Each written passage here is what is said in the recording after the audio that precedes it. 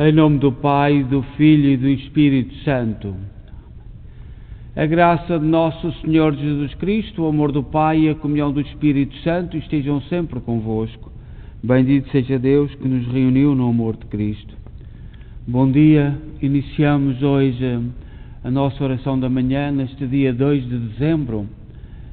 Fazemos-lo da Igreja de Nossa Senhora de Fátima, Our Lady of Fatima Church, na cidade de Kingston, província de Ontário, Canadá. Somos uma igreja criada pelo amor, pela dedicação, pelo sacrifício e pelo testemunho de fé dos imigrantes católicos de língua portuguesa. Neste tempo de pandemia, enviamos as nossas saudações, o nosso abraço a todos os doentes, para que o Senhor os anime e ajude a que nenhum de nós, neste tempo de isolamento, de não visitas, de sacrifício, não nos deixe cair na tentação da solidão, do desespero da solidão. Nós hoje celebramos na igreja, todos os dias, há uma corte de santos e mártires que foram martirizados ao longo da história da salvação, neste ou naquele dia. Hoje celebramos duas jovens, Bibiana e Bárbara, mártires do Império Romano, talvez da última fase de perseguições e de martírio que o Império Romano viveu, pelo menos legalmente.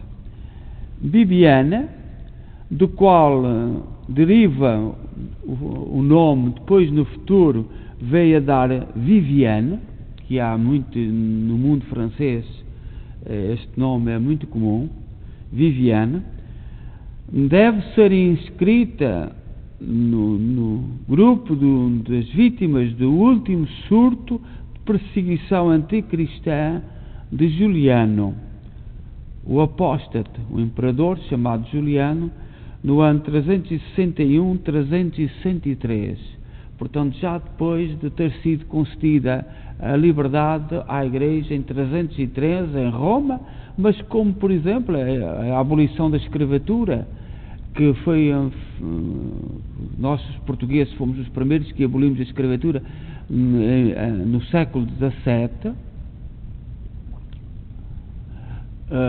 Só depois, no Brasil, por exemplo, só em 1888, já no século XIX, é que a imperatriz Isabel conseguiu abolir a escravatura. Portanto, as coisas vão sendo devagar, nem todos cumprem ao mesmo tempo as regras e as leis. E esta Bibiana, que mais tarde veio a dar o nome Viviane,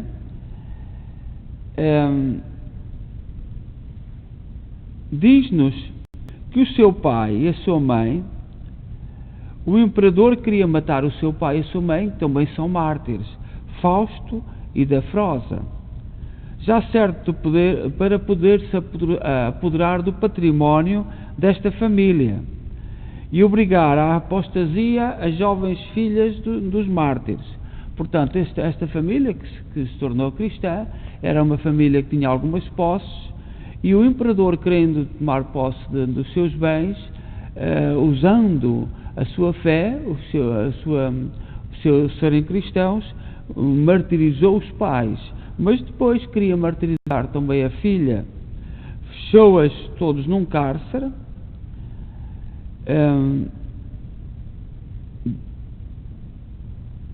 Bibiana conseguiu, impávida e resoluta, enfrentou o governador para que afrouxar-lhe a resistência. O imperador confiou a uma serva. Então ordenou que a Bibiana fosse amarrada a uma coluna e flagelada. Com o corpo coberto de chagas, a jovem mártir por fim entregou a alma a Deus. Seu corpo, julgado como comida aos cães, foi recolhida pelos cristãos e sepultada ao lado dos pais e da irmã, junto à sua morada, onde em seguida foi erguida a capela e mais tarde a atual basílica sobre Aquilino. São as informações dadas pelo biógrafo do Papa Simplício em 468-483, atribuindo a este pontífice a construção da Basílica em honra da bem-aventurada mártir Bibiana. Outra mártir é mártir Bárbara, filha de um rico e ciumento senhor. Foi fechada numa torre durante a ausência do pai, que temia a excepcional beleza da filha atraísse pretendentes que não a interessavam. Converteu-se à fé cristã e depois se subtraiu às iras paternas com a fuga. Levada à presença dos juízes, teve entre os seus mais cruéis acusadores o seu próprio pai, que no momento de execução quis até substituir o algoz. Portanto, este pai pagão preferiu a morte da filha, por ser cristã, e por não aceitar os princípios pagãos do pai, preferiu a morte da filha do que vê-la viver livre. O pai pegou na espada, cortou o pescoço da jovem mártir, mas um raio caiu sobre ele e reduziu a cinzas. Portanto, nós hoje celebramos na igreja estas duas mártires, que o seu testemunho é-nos dado pela Igreja de Roma. E neste dia e também neste Advento, que estamos na primeira semana do Advento, vamos rezar o Salmo 35. No Salmo 35 fala da malícia do pecador e na bondade de Deus. Este salmo canta e fala-nos, adverte-nos, guia-nos, falando-nos da malícia do pecador e na bondade de Deus. São João, mais tarde, referindo-se a este salmo, no Evangelho de São João, capítulo 8, versículo 12, diz: quem me segue não andará nas trevas, mas terá a luz da vida. Portanto, somos convidados a seguir a luz da vida proposta por Deus. Então, neste Salmo 35, o salmista canta a seguinte: o pecado sussurra ao ímpio, lá no fundo do seu coração. O temor do Senhor nosso Deus não existe perante seus olhos. Lisonjeia a si mesmo pensando: ninguém vê, ninguém me condena o meu crime. Traz na boca a maldade e o engano, já não quer refletir e agir bem. Arquiteta a maldade no seu leito, nos caminhos errados insiste e não quer afastar-se do mal. O vosso amor chega aos céus, ó Senhor, chega às nuvens a vossa verdade. Como as altas montanhas eternas, é a vossa justiça, Senhor, e os vossos juízos superam os abismos profundos dos mares. Os animais e os homens salvais, quão preciosa é, Senhor, a vossa graça. Eis que os filhos dos homens se abrigam sob a sombra das asas de Deus. Na abundância da vossa morada, eles vêm saciar-se de bens. Vós lhe dais de beber água viva na torrente das vossas delícias. Pois em vós está a fonte da vida, e em vossa luz contemplamos a luz. Conservai aos fiéis a vossa graça, e aos retos a vossa justiça. Não me pisem os pés dos soberbos, nem me expulsem as mãos dos malvados. Os perversos tremendo caíram, e não podem erguer-se do chão. Glória ao Pai, ao Filho e ao Espírito Santo, como era no princípio, agora e sempre. Amém. Em vossa luz contemplamos a luz. A leitura breve que nos é dada para refletir nesta manhã é tirada do livro do profeta Isaías, capítulo 7, versículo 14 e 15. E o profeta Isaías, no Antigo Testamento, fala da Virgem Maria, anuncia antes do tempo aquilo que vai acontecer em Maria.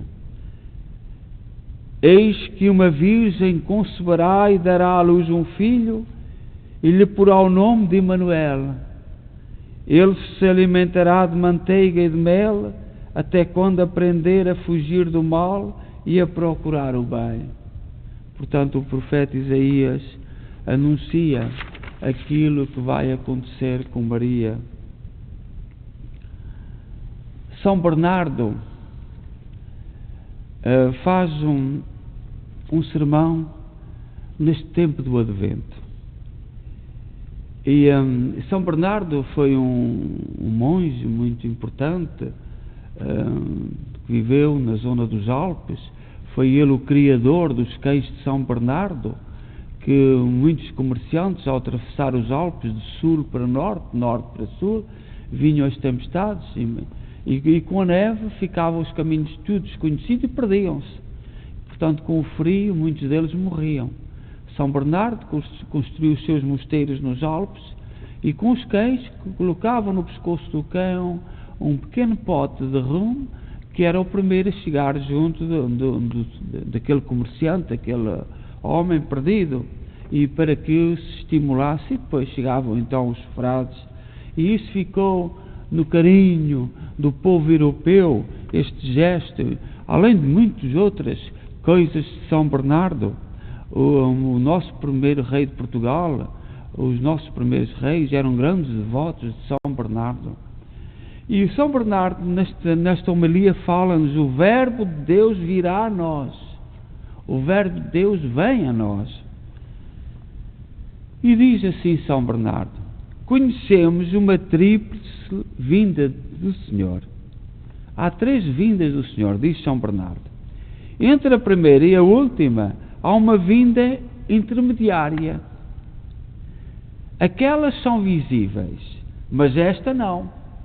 Na primeira vinda, o Senhor apareceu na terra e conviveu com os homens. Nasceu em Belém, Maria, numa gruta, etc. E conviveu com os homens. Foi então, como ele próprio declara, que viram-no e não o quiseram receber. Na última, todo homem verá a salvação de Deus, diz no Evangelho de São Lucas, capítulo 3, versículo 6. E olharão para aquele que transpassaram, diz no profeta Zacarias 12, capítulo 12, versículo 10. A vinda intermediária é oculta, e nela somente os eleitos o veem em si mesmos e recebem a salvação. Na primeira, o Senhor veio na fraqueza da carne. Na intermediária, vem espiritualmente, manifestando o poder da sua graça. Na última, virá com esplendor, com todo o esplendor da sua glória. São Bernardo diz que nós estamos a viver uma vinda de Cristo. Na preparação do Advento, na nossa conversão, nas nossas boas obras, estamos a viver a segunda vinda de Cristo. Mas acreditamos numa terceira. Esta vinda intermediária é, portanto, como um caminho que conduz da primeira à última. Na primeira, Cristo foi nossa redenção. Na última, aparecerá como nossa vida. Na intermediária, é nosso repouso e consolação. Mas para que ninguém pense que é pura invenção o que dizemos sobre esta vinda intermediária, ouvi o próprio Senhor: se alguém me ama, guardará a minha palavra, e o meu Pai o amará, e nós iremos a ele, diz no Evangelho de São João, capítulo 14, versículo 23. Lê-se também noutro lugar: quem teme a Deus faz o bem. Mas vejo que se diz algo mais sobre o que ama a Deus, porque guardará as suas palavras. onde devem ser guardadas? Sem dúvida alguma no coração, como diz o profeta: conservei no coração as vossas palavras, a fim de que eu não peque contra vós, diz no Salmo 118, versículo 11. Guarda, pois, a palavra de Deus, porque são felizes os que a guardam. Guarda de todo modo que ela entre no mais íntimo da tua alma e penetre em todos os teus sentimentos e costumes. Alimenta-te deste bem a tua alma e deleitará na fartura. Não esqueças de comer o teu pão, para que o teu coração não desfaleça, mas que a tua alma se sacie com este alimento saboroso. Se assim guardares a palavra de Deus, certamente ela te guardará. Virá a ti o Filho em companhia do Pai, virá o grande profeta que renovará Jerusalém e fará novas todas as coisas. Graças a essa vinda, como já refletimos a imagem do homem terrestre, assim também refletiremos a imagem do homem celeste. Na primeira carta aos Coríntios, capítulo 15, versículo 49. Assim como o primeiro Adão contagiou toda a humanidade e atingiu o homem todo, assim agora é preciso que Cristo seja o Senhor do homem todo, porque Ele o criou, redimiu e o glorificará. Então São Bernardo diz que estamos a viver uma vinda de Cristo. E vivendo os mandamentos, caminhando com Cristo na vida, estamos a viver a fase intermediária entre a primeira vinda de Cristo em Belém e a segunda, que nós acreditamos que virá no fim do mundo, virá para se encontrar com todos aqueles que souberem ser fiéis aos princípios que Jesus Cristo veio trazer na primeira vinda. Agora, nesta vinda, é a vinda de todos os dias. Como dizia aquele jovem que foi declarado beato, o Carlos Acutis, dizia: nós agora vivemos um tempo de muita sorte, mais sorte do que os apóstolos, porque no tempo em que Jesus Cristo viveu, era preciso deslocarmos, irmos ao encontro dele.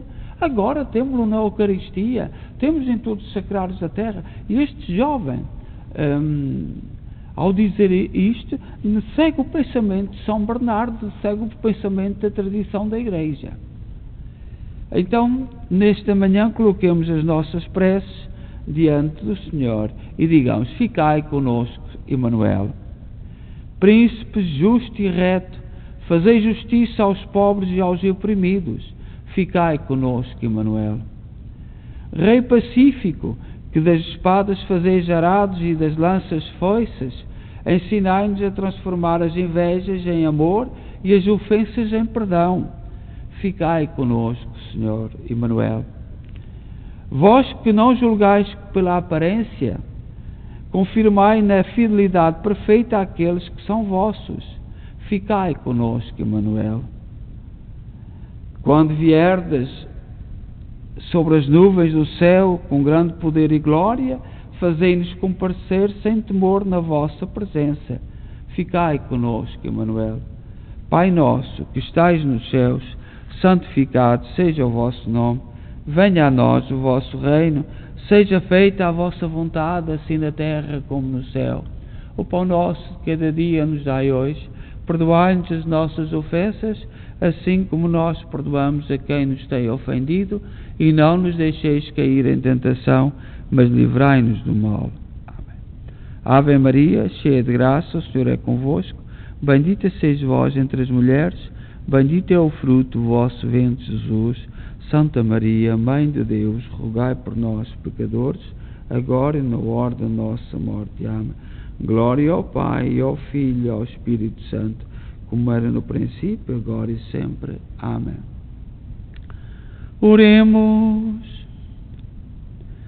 Senhor Deus, preparai os nossos corações com a força da vossa graça, para que ao chegar ao Cristo, vosso Filho, nos encontremos dignos do banquete da vida eterna e Ele mesmo vos sirva o alimento celeste. Por nosso Senhor Jesus Cristo, vosso Filho, na unidade do Espírito Santo. Amém. O Senhor esteja convosco. Ele está no meio de nós. Abençoe-nos Deus Todo-Poderoso, Pai, Filho e Espírito Santo. Amém. Vamos em paz e que o Senhor nos acompanhe. Graças a Deus. Desejo a todos um santo dia e que as santas deste dia, duas jovens que foram martirizadas por causa da maldade do coração dos homens e do coração que não aceitaram as propostas da primeira vinda de Cristo, de viver a fase intermediária dignamente como Cristo nos propôs, em que nos inspirem na nossa vida e saibamos transformar dor e sofrimento em flores para receber o Cristo Senhor. Bom dia.